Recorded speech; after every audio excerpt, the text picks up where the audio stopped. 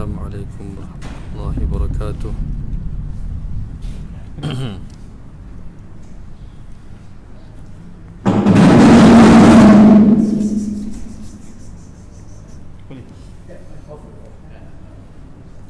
Goyang. Kita boleh goyang. Bukan boleh goyang di tepi tu. Belum betul. Itu dia. Okey. Bismillah.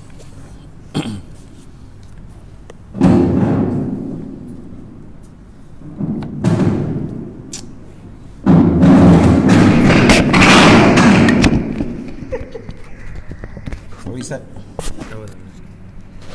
Ini ada technical. Okay, baik, insyaAllah. Assalamualaikum warahmatullahi wabarakatuh.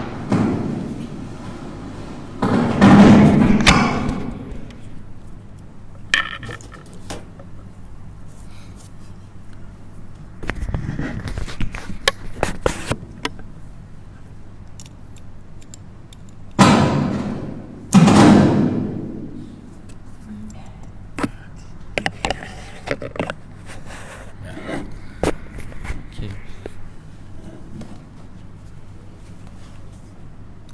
Assalamualaikum warahmatullahi wabarakatuh. Alhamdulillahi rabbil alamin. Wassalatu wassalamu ala sayyidina Muhammadin wa ala alihi wa sahbihi ajma'in. Amma ba'd. Qala Allah subhanahu wa ta'ala fi kitabihil karim. A'udzu billahi minasy syaithanir rajim. Ya ayyuhal insanu ma gharraka bi rabbikal karim alladhi khalaqaka fasawwaka fa'adalak fi ayyi suratin ma syaa rakkabak.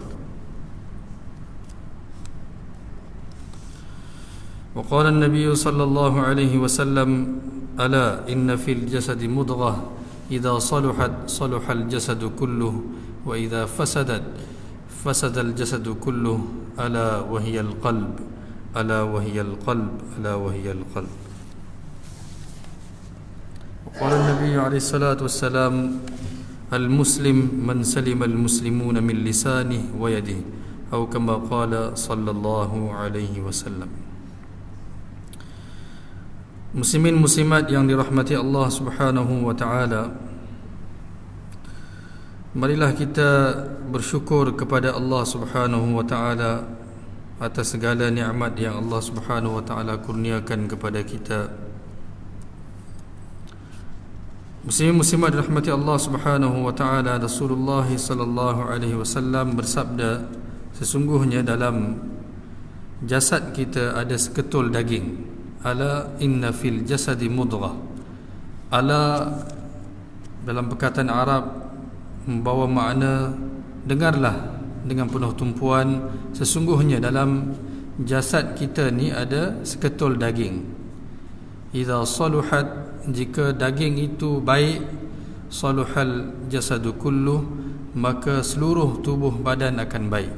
Wa idza fasadat, kalau dia rosak, fasadal jasadu kulluh, seluruh anggota badan kita akan musnah. Maka Rasulullah sallallahu alaihi wasallam bersabda, dengarlah ianya adalah hati, dengarlah ianya hati, ala wahyal qalb. 3 kali Rasulullah sallallahu alaihi wasallam ulang. Di hati ini adalah tempat, ataupun hati ini adalah perkara anggota dalam badan kita yang kontrol seluruh anggota badan kita yang lain.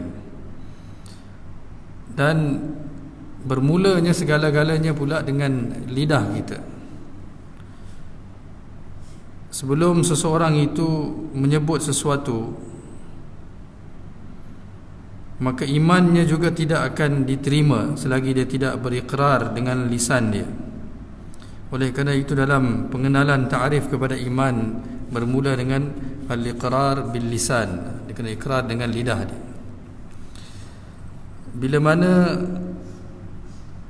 selepas dia dah iqrar dengan lisan, barulah at-tasdiq bil qalb, hati dia akan membenarkan apa yang lisan itu berikrar.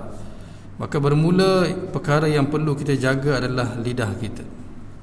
Saya kerap kali Rasulullah sallallahu alaihi wasallam saya kerap kali ulang hadis Rasulullah sallallahu alaihi wasallam di mana Nabi sallallahu alaihi wasallam bersabda kepada Muaz, kalau kamu nak tahu satu perkara yang dengannya kamu dapat kebaikan di dunia dan di akhirat, maka Nabi pegang lidah baginda, jaga ini lidah ni. Di hadis yang diriwayatkan oleh Imam Al-Bukhari dalam kitabnya Adab Al-Mufrad dalam bab man sami'a bi fahishatin fa afshaha, bab pada menyatakan orang yang mendengar sesuatu kekejian lalu dia menyebarkannya. Haddatsana Muhammad bin al-Musanna qala haddatsana Wahb bin Jarir qala haddatsana Abi qala sami'tu Yahya bin Ayyub an Yazid bin Abi Habib an Marthad bin Abdullah an Hassan bin Quraib an Ali bin Abi Talib radhiyallahu anhum قال القائل الفاحشة والذي يشيع بها في الإثم سواء. Daripada Ali bin Abi Talib radhiyallahu an, beliau berkata, orang yang mengatakan kekejian dan orang yang menyebarkannya dari segi dosa adalah sama. Saya akan baca beberapa hadis dulu, kemudian baru saya akan syarah. Hadis terusnya yang diriwayatkan oleh Imam Al-Bukhari dalam bab yang sama. حدثنا بشر بن محمد قال حدثنا عبد الله قال حدثنا إسماعيل بن أبي خالد عن شبيل بن عوف قال كان يقال من سمع بفاحشة فأفشاها فهو فيها كالذي أبداها. Shubail ibn Auf berkata, adalah dikatakan barang siapa yang telah mendengar sesuatu kekejian lalu dia menyebarkannya, maka dia pada kekejian itu adalah seperti orang yang melakukannya. Hadis terusnya, An Abi Jurayj an Ata'in annahu kana yara an-nakala ala man asha'a az-zina yaqulu asha'a al-fahisha. Ibnu Jurayj daripada Ata' bahawasanya beliau berpendapat perlu dikenakan hukum ke atas orang yang menyebarkan berita perzinaan. Dia berkata orang yang tersebut telah menyebarkan kekejian. Muslim-muslimat dirahmati Allah Subhanahu wa taala, di mana kita selalu anggap bahawa zina ini adalah satu dosa yang besar. Memang dosa yang besar. Wala yaqtuluna an-nafsa allati harrama Allah illa bil haqqi wala yaznun. Dalam Quran Allah sebut dalam dosa-dosa besar, wala taqrabuz zina, jangan mendekati zina. Tapi yang kita tidak memahami bahawa menyebarkan zina juga adalah dosa besar. Menyebarkan berita penzinaan juga adalah dosa yang besar. Hari ini perkara ini pun menjadi satu permainan di hujung jari jemari kita. Tekan satu button, kita sebarkan berita orang ni telah buat maksiat, orang itu telah buat maksiat dan sebagainya. Di zaman Rasulullah sallallahu alaihi wasallam, kisah yang masyhur, ada dua kisah yang masyhur di zaman Rasulullah sallallahu alaihi wasallam berkenaan dengan berita berkenaan dengan hudud penzinaan yang pernah Nabi sallallahu alaihi wasallam laksanakan. Kita kena faham dengan baik-baik sebelum kita sebut, sebelum kita bincang berkenaan dengan hudud. Apa itu hudud dan bagaimana Nabi sallallahu alaihi wasallam melaksanakan hudud. Di zaman Rasulullah sallallahu alaihi wasallam ada seorang sahabat yang bernama Ma'iz Aslami.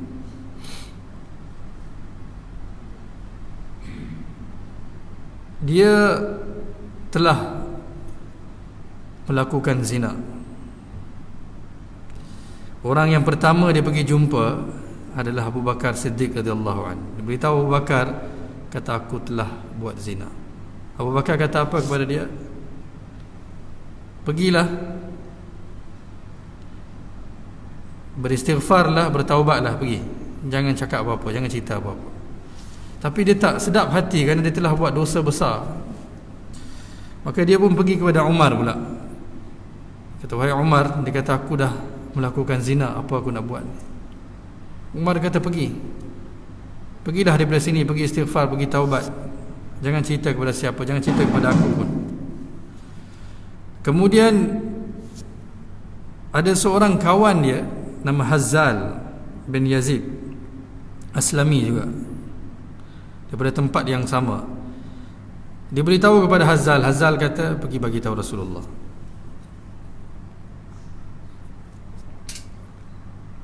Bila sampai kepada Rasulullah sallallahu alaihi wasallam berita ini, Rasulullah sallallahu alaihi wasallam bila dengar pertama kali, dia kata saya telah melakukan zina. Nabi kata tak adalah, pergilah, tak ada. Dia kata ya Rasulullah, saya telah buat zina. Nabi kata tak adalah, pergilah. Ya Rasulullah, saya telah melakukan zina. Kata tak adalah, pergi. Kali keempat pun dia ulang perkara yang sama. Ya Rasulullah, saya telah buat zina. Jadi sama ada dalam zina ni 4 saksi ataupun 4 kali ikrar. Kalau dia berikrar 4 kali, maka jatuhlah hukuman. Tapi Nabi SAW tak terus jatuhkan hukuman. Nabi kata, oh mungkin dia mabuk ni, dengan harapan kalaulah ada seorang pun yang hadir pada masa tu kata mungkin memang betul dia ni mabuk, dia tak sedar tu apa yang dia cakap, Nabi SAW nak batalkan hukuman dan nak suruh dia pergi juga. Kemudian bila tak ada siapa-siapa yang jawab, maka Nabi kata dia gila kot, untuk nak mengelak daripada menjatuhkan hukuman. Tapi bila tak ada siapa pun cakap, maka Rasulullah sallallahu alaihi wasallam menjatuhkan hukuman ke atas dia. Kemudian yang saya nak sampaikan, apa Nabi sallallahu alaihi wasallam bersabda kemudian kepada Hazal, yang mana minta si Ma'iz ni, Ma'iz Al-Sulami ni pergi jumpa Rasulullah sallallahu alaihi wasallam untuk pergi ikrar, kata dia telah melakukan zina, bagi tahu Rasulullah. Rasulullah sallallahu alaihi wasallam kata kepada Hazal, wallah ya Hazal, law kunta satartahu bi thawbika kana khairan mimma sana'ta bih. Wahai Hazal, kalaulah kamu sembunyikan perkara ini dengan baju kamu, maksudnya kamu tutup perkara ini, adalah lebih baik daripada apa yang kamu lakukan ini. Itu Rasulullah sallallahu alaihi wasallam selepas dah jatuhkan hukuman, kerana ini perintah Allah Subhanahu wa taala, had. Tapi Nabi cuba untuk tidak jatuhkan hukuman. Ini satu kisah yang sangat masyhur. Nabi kata kepada Hazal dengan sedihnya, kalaulah kamu tak bawa, kalaulah kamu buat perkara yang sama seperti mana Abu Bakar dan Umar buat, alangkah baik, dan tidak bawa kepada aku.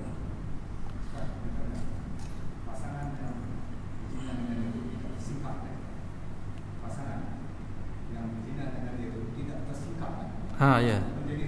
Ya. Menjadi rahsia, betul. Bukan setakat itu, kemudiannya Rasulullah sallallahu alaihi wasallam bersabda, kalaulah semua umat ni, kalaulah taubat Ma'iz ni dibahagikan, maka cukup untuk semua umat. Begitu hebat taubat dia. Pertama sekali Nabi sallallahu alaihi wasallam sembunyikan apa yang dia buat ni, tak nak. Dan Nabi tak tanya panjang kenapa, sebab apa, bagaimana. Dalam fiqah ada satu bab li'an. Li'an ini adalah bila mana seorang suami dia melihat isterinya melakukan zina dengan orang lain. Ada satu peristiwa berlaku di zaman Rasulullah sallallahu alaihi wasallam, sama juga. Dia datang kepada Rasulullah sallallahu alaihi wasallam, ya Rasulullah, saya lihat dengan mata saya sendiri isteri saya buat zina dengan orang lain. Kalau zaman sekarang kita nanti kata, Rasulullah kata apa saya boleh buat? Tunggulah wahyu turun.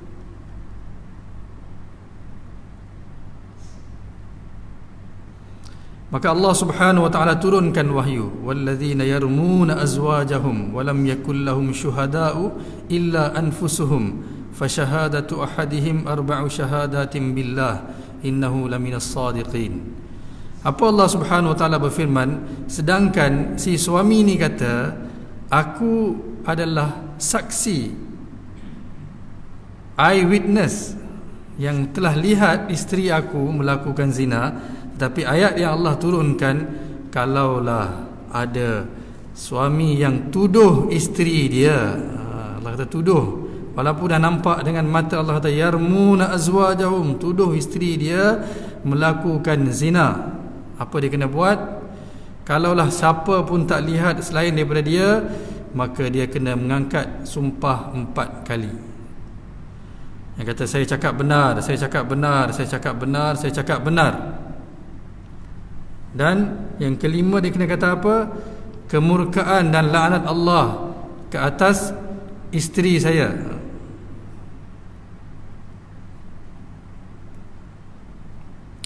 Kemudian perintah Allah Subhanahu wa taala pula, si isteri pula, kalau dia nak wayadra'u anhal azab, dia nak kata saya tak buat, boleh kata saya tak buat, saya tak buat, saya tak buat, saya tak buat 4 kali, dan laknat dan kemurkaan Allah ke atas saya. Kalaulah apa yang suami saya cakap itu benar, maka Nabi kata, maka hukuman dia adalah bebaskan dan perempuan ini tidak berdosa. Tak ada dosa. Itu saja. Kena bebaskan, tak ada dosa. Dia nak berpisah ataupun tak berpisah itu cerita lain. Kena bebaskan tanpa ada dosa. Perempuan itu akan dikategorikan sebagai tidak berdosa. Ini syariat Allah Subhanahu wa taala. Seorang perempuan Ghamidiyah, kisah yang kedua, dia datang kepada Rasulullah sallallahu alaihi wasallam. Dia kata, ya Rasulullah, saya telah melakukan zina. Rasulullah sallallahu alaihi wasallam kata, bangun pergi. Bangun pergi. Dia terus kata, dia kata, ya Rasulullah, takkan dengan aku pun Tuan nak buat seperti mana Tuan buat dengan Ma'iz. Rasulullah terkejut, sebab bila Ma'iz datang pun Rasulullah suruh pergi. Dia kata, ya Rasulullah, saya telah buat zina. Dia ikrar 4 kali, ya Rasulullah, saya telah buat zina, ya Rasulullah, saya telah buat zina. Mereka sebenarnya nak, maka dia kata, sucikanlah daku ya Rasulullah, sucikanlah daku ya Rasulullah, sucikanlah daku. Mereka takut kepada azab akhirat. Rasulullah sallallahu alaihi wasallam kata, pergi, kalau kamu mengandung, pergi lahirkan anak dulu. Dia mungkin makan masa 8 bulan. Dia dah pergi, maksudnya Nabi sallallahu alaihi wasallam dah bebaskan, pergilah. Kata sekarang ni tak ada apa-apa. Dia datang balik lepas dah bersalin. Dia kata, ya Rasulullah, saya dah bersalin dah. Saya telah melakukan zina, bersihkanlah daku. Rasulullah sallallahu alaihi wasallam kata, pergi susukan dia dulu. Susukan dia dulu. Dia pergi susukan. Dia datang balik jumpa Rasulullah. Nabi kata, susukan sampai dia boleh makan sendiri. Maka perempuan Ghamidiyah ni, dia pergi, dia susukan, dan dia datang balik kepada Rasulullah selepas mungkin 2 tahun. Dia beri sekeping roti kepada si anak itu, pegang roti itu, dia bawa datang jumpa Rasulullah. Ya Rasulullah, anak aku kini boleh makan sendiri dah, maka bersihkanlah aku. Lepas berapa tahun muslim-muslimat? 8 bulan dah berlalu, dia dah bersalin. Lagi 2 tahun dia susukan anak, tapi dia nak bersihkan jiwa, datang jumpa Rasulullah sallallahu alaihi wasallam. Maka Rasulullah putus Khalid bin Walid untuk rejam, jatuhkan hukuman. Bila direjam, darah percik, Khalid bin Walid rasa kotor lah kan. Rasulullah sallallahu alaihi wasallam bersabda, kalaulah orang yang memunggut teks, tapi yang tu sahibul maksi ni lain maksud dia, nantilah panjang cerita pula. Dia pun bertaubat seperti ini, niscaya Allah dah terima taubat dia. Maksudnya orang yang meminta hak orang lain ataupun harta orang lain tanpa dengan kezaliman. Kalau orang itu pun bertaubat seperti ini, maka orang itu pun niscaya Allah Subhanahu wa taala dah ampunkan. Di 2 perkara daripada sabda Nabi sallallahu alaihi wasallam ni, satu adalah dosa itu lebih besar daripada zina, meminta harta orang lain, mengambil harta orang lain dengan kezaliman. Yang kedua adalah Nabi sallallahu alaihi wasallam nak beritahu bahawa dia, perempuan ini telah bersih, dia tak ada apa-apa dosa lagi. Ini tindakan yang Rasulullah sallallahu alaihi wasallam ambil ketika perkara-perkara ini dibawa kepada Rasulullah sallallahu alaihi wasallam. Bukan Nabi besarkan, bukan Nabi malukan, bukan Nabi sebarkan, kan, bukan Nabi panggil sana sini.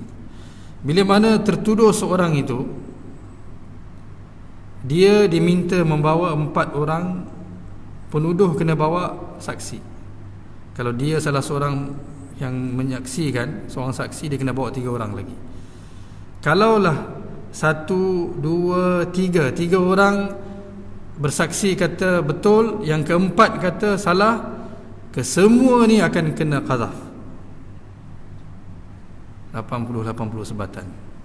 Ini syariat. Kalau salah seorang pun dia tarik balik saksi dia, kesemua kena sebatan dalam syariat. Sebab apa? Sebab tuduhan ni adalah perkara yang Allah tak suka.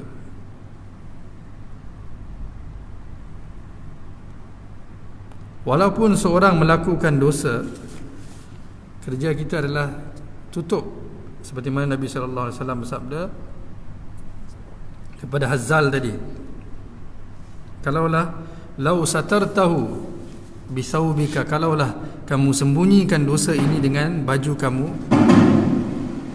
lebih baik daripada apa yang kamu buat ini. Muslim-muslimat rahmati Allah Subhanahu wa taala. Oleh kerana itulah Rasulullah sallallahu alaihi wasallam bersabda, orang yang menyebarkan berita penzinaan ini adalah seorang yang telah menyebarkan, dia pun telah melakukan satu kekejian, satu dosa. Bukan perkara kecil. Kita wajib berhati-hati dalam perkara ini. Lagi-lagi bila mana kita menggunakan social media platform kan, mudah saja kita nak sebarkan keburukan. Kita pun seperti mana hadis-hadis sebelum ni yang kita belajar, kita akan mendapat laknat Allah Subhanahu wa taala. Laknat Allah ke atas orang-orang seperti ini. Imam Bukhari rahimahullah dalam bab seterusnya, babul ayyab, menyatakan orang yang suka menyebarkan keburukan dan keaiban orang. حدثنا عبد الله بن محمد قال حدثنا سفيان عن عمران بن ضيبان عن أبي يحيى حكيم بن سعد قال سمعت عليا يقول لا تكونوا عجلا مذايع بذرا فإن من ورائكم بلاء مربحا مكلحا وأمورا متماحلة لدحا. Daripada Abu Yahya Hakim Ibn Sa'ad, beliau berkata, aku telah mendengar Ali radhiyallahu an berkata, janganlah kalian menjadi orang yang terburu-buru, suka menyebarkan berita keburukan orang lain dan membongkar rahsia, kerana sesungguhnya di belakang kalian ada bala bencana yang amat pedih lagi, mengecutkan hati serta urusan-urusan berpanjangan lagi, fitnah yang berat dan besar. Menyebarkan sesuatu keburukan, sesiapa yang membuka aib seorang Islam lain di atas muka bumi ini, Nabi sallallahu alaihi wasallam bersabda, Allah akan malukan dia di depan orang ramai di mahsyar nanti. Allah akan malukan dia. Dan siapa yang menutup, hadis ni banyak kerap kali kita tak faham, siapa yang menutup satu aib orang lain, Allah akan tutup aib dia di dunia dan di akhirat. Maksudnya di akhirat nanti satu pun kesilapan dia Allah tak akan buka di depan orang lain, siapa pun tak akan tahu. Dengan dia buat apa? Man satara musliman, siapa yang menutup aib satu orang Islam di atas muka bumi ini, satarahullahu fid dunya wal akhirah, Allah akan tutup aib dia di dunia pun, siapa pun tak akan tahu kesilapan dia, di akhirat pun siapa pun tak akan tahu kesilapan dia.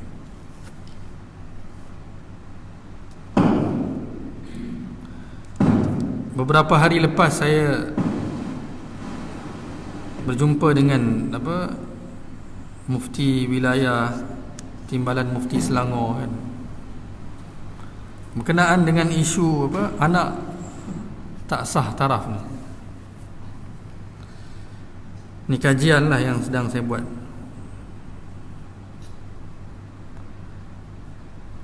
Sebenarnya dalam kefahaman kita lah, dalam polisi kita ni, kita gunakan satu term yang kita anggap dah sangat ringan, anak tak sah taraf. Saya pun tanya balik, sebab apa? Di akhirnya saya faham, untuk menyatakan bahawa anak ini tidak boleh dinisbahkan kepada penzina tadi. Dan kalaulah dinisbahkan, maka apa akan jadi? Maka kalaulah dia jadi wali untuk perkahwinan anak tersebut, mungkin perkahwinan tidak sah nanti kan? Anak pula dia jadi wali, dan kemudiannya pembahagian harta pusaka pun tidak sah kerana dia bukan anak yang sah. Sebenarnya dalam syariat Allah Subhanahu Wa Taala terputus hubungan penzina dengan anak, dan itu bukan satu perkara yang menyebabkan tidak sahnya anak itu kepada ayah, tetapi tidak sahnya ayah kepada anak itu.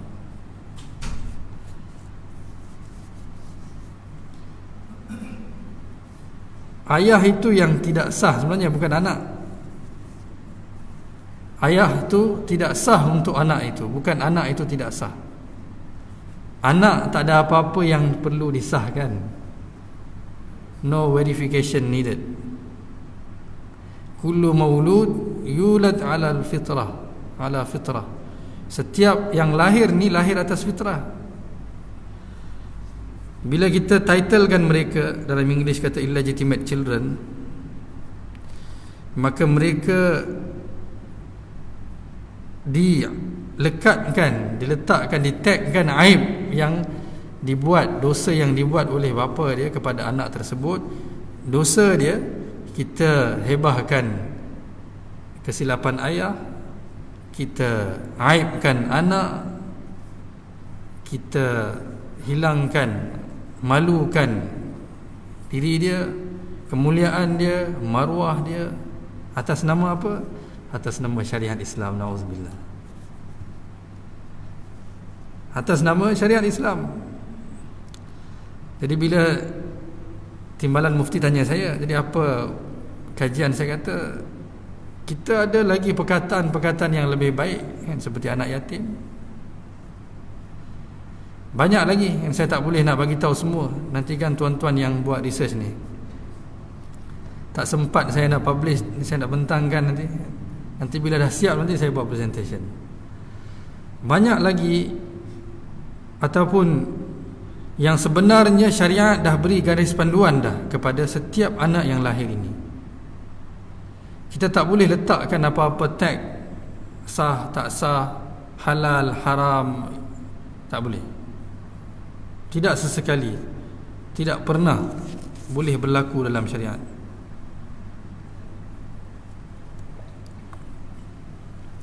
Bila saya bentang lama, saya cakap, barulah mereka kata betul juga.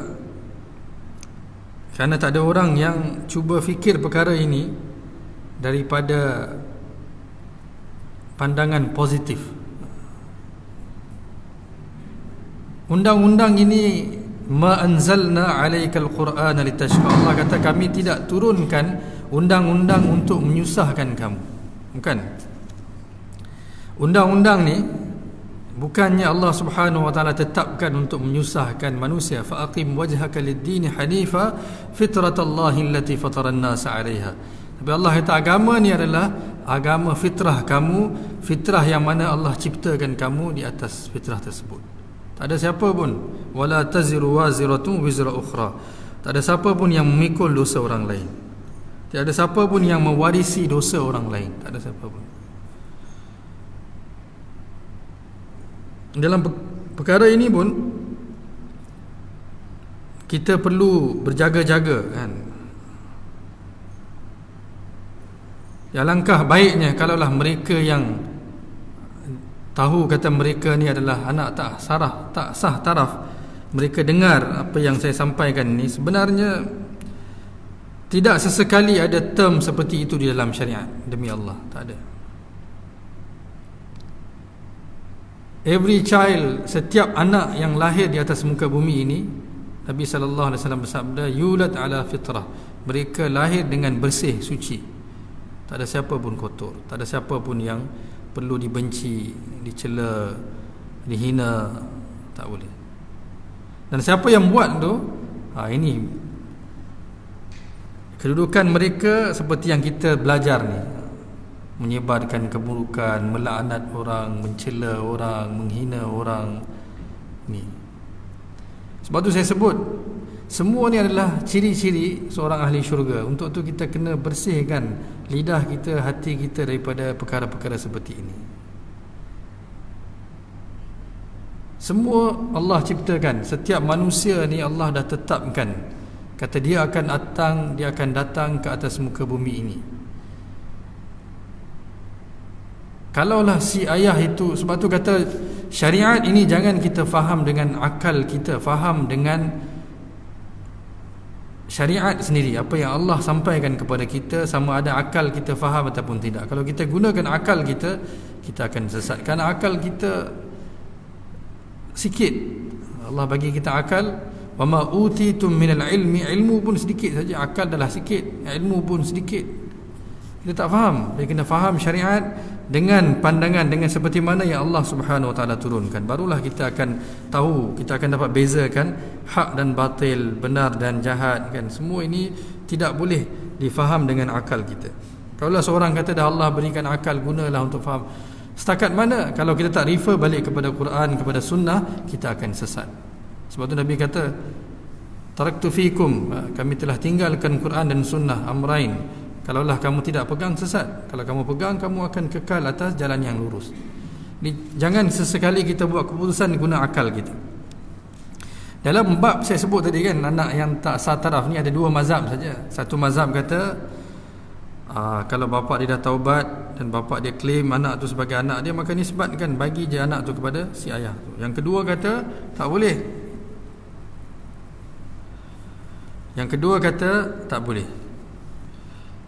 Sebenarnya dalam kes anak ni, dia tak ada ayah pun. Dia biological father ni tak ada dalam Islam. Dia tak ada ayah, dia bukan ayah. Dia tak kahwin, dia bukan ayah. Dia tak ada ayah pun.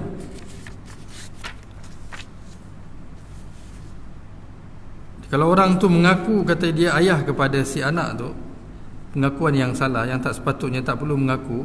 Dan sekarang ni, yalah, kalau tanya saya, mungkin perkara ni akan menyebabkan menyusahkan anak, dan kemudiannya dia tak ada nama ayah. Muslim-muslimat, oleh kerana kita takut itu dan kita nak jatuhkan satu hukuman luar daripada syariat, dan dengan pemikiran kita kata penyelesaian dia bagi je nama bapa, itu bukan cara yang betul. Satu orang dia mencuri, dia kata kalaulah saya pulangkan balik duit tu, orang akan tahu saya pencuri. Jadi tak apalah, saya ambil je lah duit ni. Nanti saya taubat. Saya kan dah taubat dah, saya ambil je lah. Nanti saya buatlah sedekah ke apa-apa kan, dapat. Dalam curi dia kena pulangkan, tak ada cara lain. Kalau anak tu bukan anak dia, dia tak boleh claim anak tu sebagai anak dia. Habis cerita dekat situ saja. Dan sekarang ni anak tu sampai anak yatim lah, anak tak ada bapa lah. Ibu ada hubungan dengan anak itu. Memang ibu ada hubungan dengan anak itu. Maka siapa ayah dia? Tak ada lah, anak yatim lah, tak ada ayah. Dia orang kata dengan ini kita akan promote pada penzinaan. Muslim-muslimat, ini dua perkara yang berbeza. Dua perkara yang berbeza. Penzinaan, orang ingat apa kalau seorang itu nak berzina dan dia takut perempuan tu mengandung, dia akan berhenti ke daripada perzinaan? Tak ada, dia buat juga penzinaan. Penzinaan ni adalah satu perkara aib, fahishah, keburukan, aib, kerosakan, dan semualah yang mana dia kena faham. Seperti mana Allah Subhanahu Wa Taala beritahu dalam Al-Quran, bukan kerana dia takut lahirnya anak, ada banyak lagi cara tak lahir anak. Dah mengandung pun boleh gugurkan kandungan. Itu bukannya cara kita nak menutup aib, nak menutup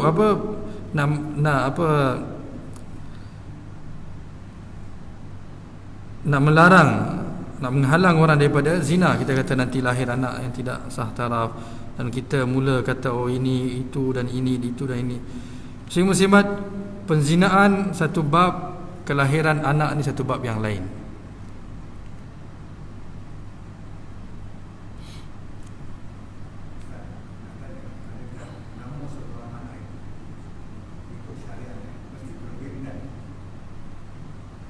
Tak ada apa-apa kewajipan untuk kita bankan kepada ayah dia kan. Tak ada. Dia boleh bankan macam Abdullah ibni Ummi Maktum, dia bankan kepada mak dia kan. Bankan ataupun ada surname, nama biasa.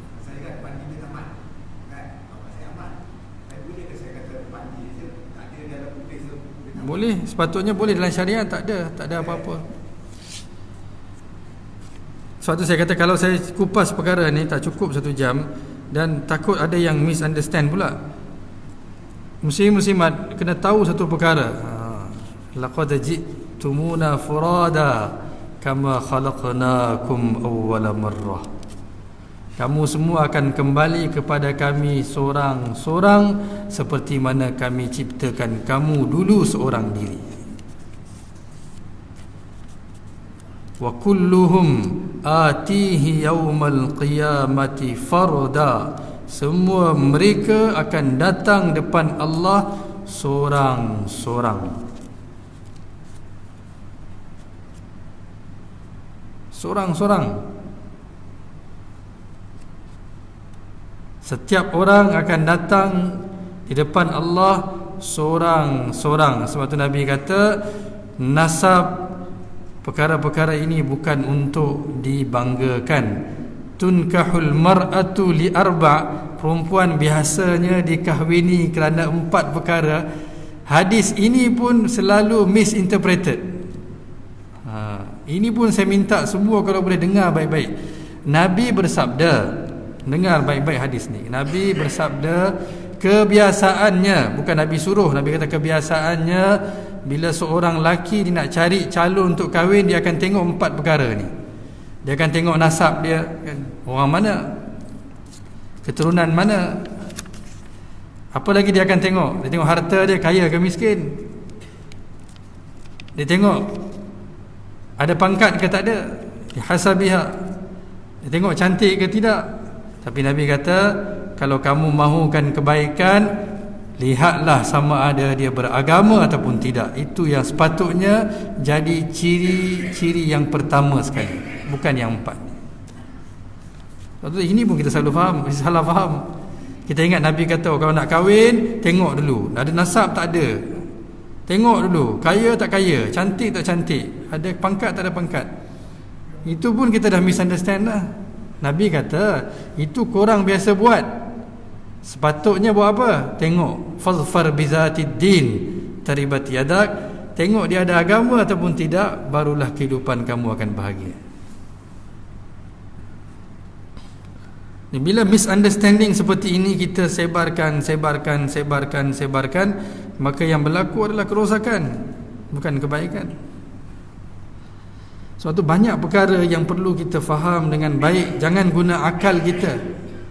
Faham seperti mana Allah berfirman, seperti mana Rasulullah sallallahu alaihi wasallam bersabda, barulah kita akan dapat kebaikan di dunia dan di akhirat.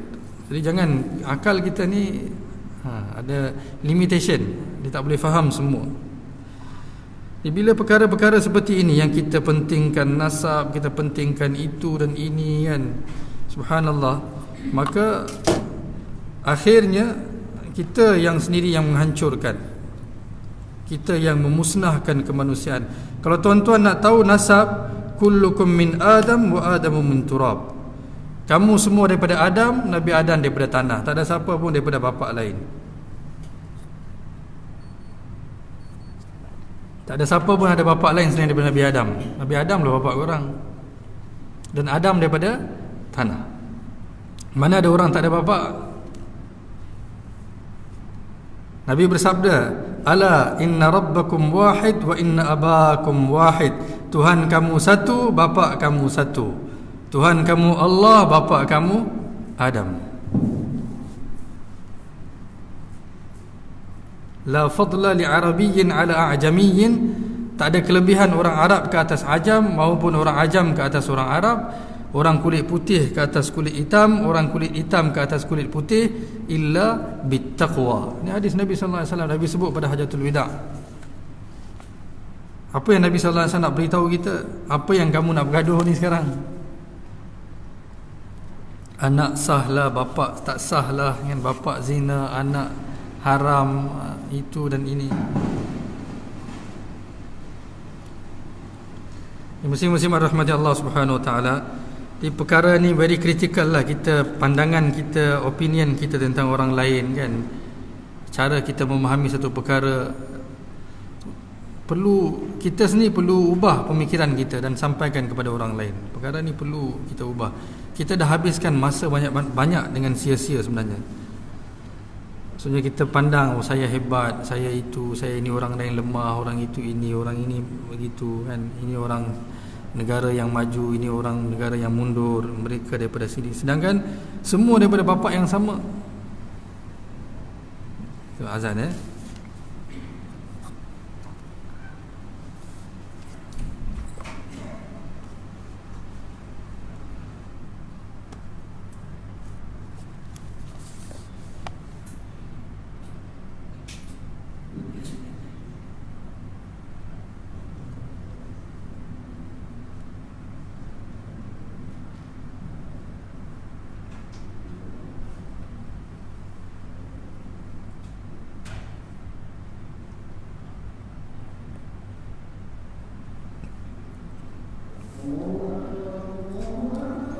Allah.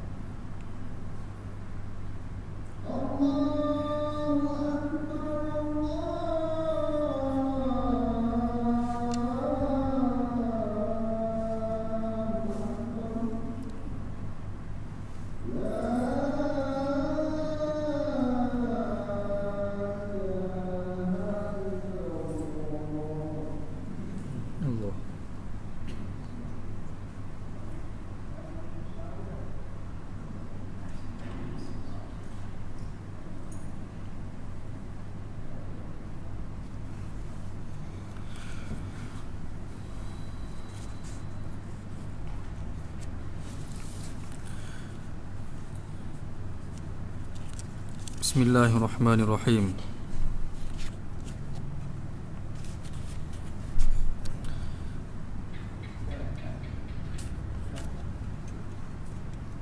Bismillahirrahmanirrahim. حدثنا بشر بن محمد قال حدثنا عبد الله قال حدثنا إسرائيل ابن أبي إسحاق عن أبي إسحاق عن أبي يحيى عن مجاهد عن ابن عباس رضي الله عنهما قال إذا أردت أن تذكر عيوب صاحبك فاذكر عيوب نفسك. Ibn Abbas radhiyallahu anhuma berkata, apabila engkau hendak menyebut akan keaiban-keaiban sahabatmu, maka ingatlah akan keaiban-keaiban dirimu. Hadis tadi yang kita baca, Ali radhiyallahu anhu berkata, janganlah terburu-buru nak menyebarkan berita keburukan orang lain, kerana sesungguhnya di belakang kalian ada bala bencana yang lebih besar, yang lebih pedih, iaitu takutlah Allah Subhanahu wa taala, takutlah berdiri depan Allah di mahsyar nanti nak jawab depan Allah Subhanahu wa taala atas setiap perkara yang kita lakukan. Bukannya kita ni maksum, kan? Kita semua buat dosa. Kullu bani adam khata'un, setiap anak Adam berdosa. Wa khairul khata'in at-tawwabun, yang terbaik antara pendosa adalah yang bertaubat. Jadi ingatlah akan dosa-dosa kalian sendiri. Sebelum kita nak fikir tentang kesilapan, tentang dosa, tentang aib, tentang kelakuan orang, fikirlah tentang dosa sendiri. Itu yang lebih penting, dan bertaubatlah kepada Allah Subhanahu wa taala. Itulah yang Allah Subhanahu wa taala minta kita buat. Fala tuzakku anfusakum, jangan kita anggap diri kita suci sangat. Wa a'lamu biman ittaqa, Allah Maha mengetahui siapa yang bertakwa. Di musim-musim rahmat Allah Subhanahu wa taala, inilah caranya untuk kita satukan umat. Bila mana kita faham perkara asas-asas seperti ini, seperti yang saya sebutkan tadi, semua kita daripada Tuhan yang sama, Tuhan kita sama, ayah kita sama, Nabi Adam AS, dan setiap kita Allah jadikan seorang-seorang, dan semuanya akan diberdirikan, didatangkan depan Allah seorang-seorang. Wa kullum atihi yaumal qiyamati farda. Dan hubungan, sebab itulah hubungan yang paling penting, yang paling suci adalah antara ibu bapa dan anak. Itu memang definitely. Dan Allah Subhanahu wa taala minta buat baik kepada ibu bapa atas kebaikan mereka, ihsan mereka. Wabil walidaini ihsana, buat baik. Hamalathu ummuhu wahnan ala wahnin wa fisaluhu fi amain an ishkur li wa liwalidayk. Dalam masa yang sama, kita perlu ingat bahawa hubungan yang paling utama adalah hubungan suami dan isteri yang akan kekal sampai bila-bila, syurga nanti. Hubungan yang penting adalah hubungan suami dan isteri. Yang lain-lain itu adalah amanah yang Allah Subhanahu wa taala berikan. Kita terbalikkan, kita kata isteri itu amanah, yang lain-lainlah sebenarnya kita anggap hubungan yang kita rasa amat mulia itu dan ini. Kerana kita sendiri tak faham syariat. Wa min ayatihi an khalaqalakum min anfusikum. Kenapa isteri kamu itu lebih utama? Kerana dia itu diciptakan daripada sebahagian daripada kamu sendiri. Bagaimana Allah ciptakan? Allah yang mengetahui. Allah dah sebut apa yang Allah, wa man nasdaqu minallahi qila, sebut apa yang firman Allah adalah benar. Hubungan yang paling utama adalah suami dan isteri, dan isteri itu Allah ciptakan daripada suami itu sendiri.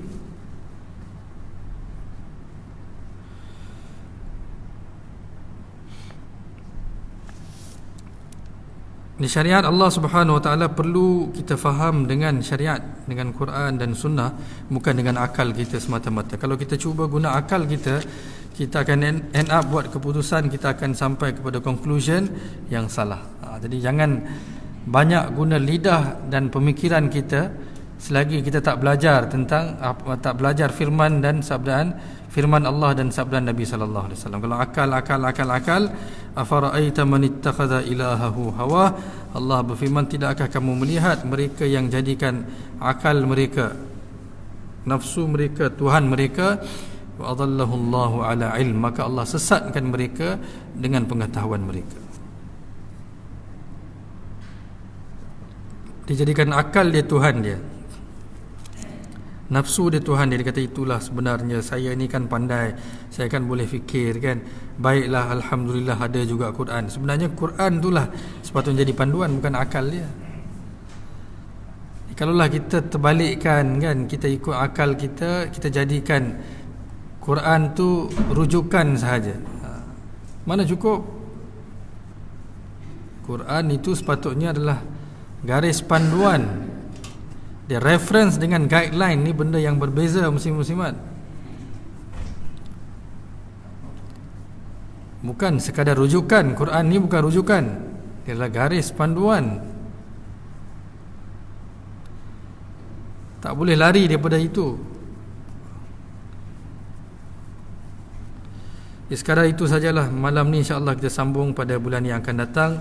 Mudah-mudahan Allah Subhanahu Wa Taala berikan kita taufik, dan mudah-mudahan Allah Subhanahu Wa Taala berikan kita orang yang gunakan taufik yang Allah berikan. Sebenarnya taufik dah ada kan, kita tak gunakan. Kesihatan tu taufik lah. Kesihatan, kekuatan, semua tu taufik. Kenderaan semua ada. Payung pun taufik juga.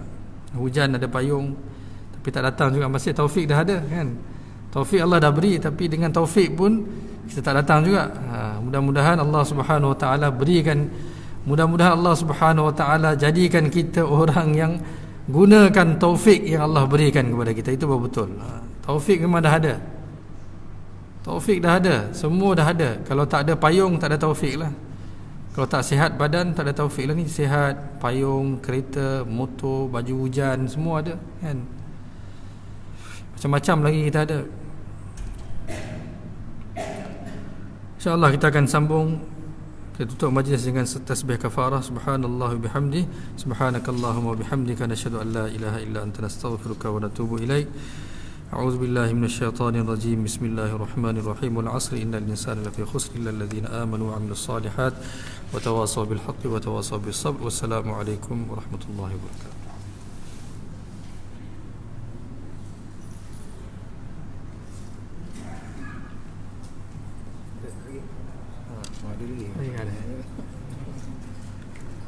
Boleh tapau.